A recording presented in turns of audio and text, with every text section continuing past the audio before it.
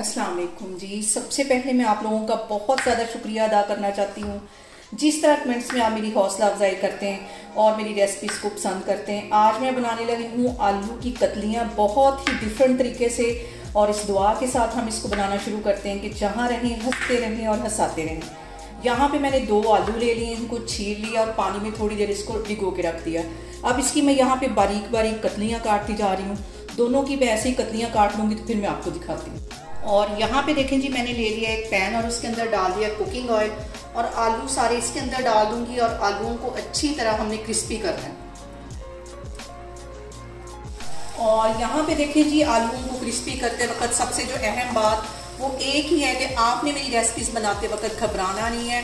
बिना स्किप किए हुए आप मेरी वीडियोस देखें, और अगर अभी तक आपने मेरे चैनल को सब्सक्राइब नहीं किया तो प्लीज़ उसको सब्सक्राइब करें। अभी मैं इसका वेट कर रही हूँ, क्रिस्पी हो जाएंगे उतनी देर हम इसके लिए सॉस बनाते हैं, फिर मैं आपको दिखाती हूँ।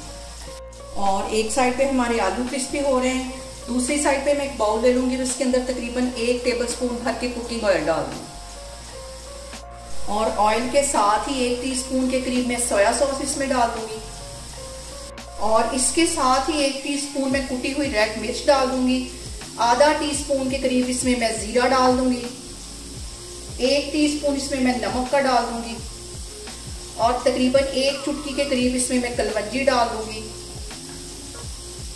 और इसके साथ ही 1 टीस्पून मैं चिकन का पाउडर डाल दूँगी, और यहाँ पे बिल्कुल बारीक मैंने सब्ज़ मिर्च एक काट ली थी, ये इसमें चली जाएगी। इन सारी चीज़ों को अच्छी तरह मिक्स कर लेना है, और मज़ेदार सी हमारी जो सॉस है तैयार हो गई है।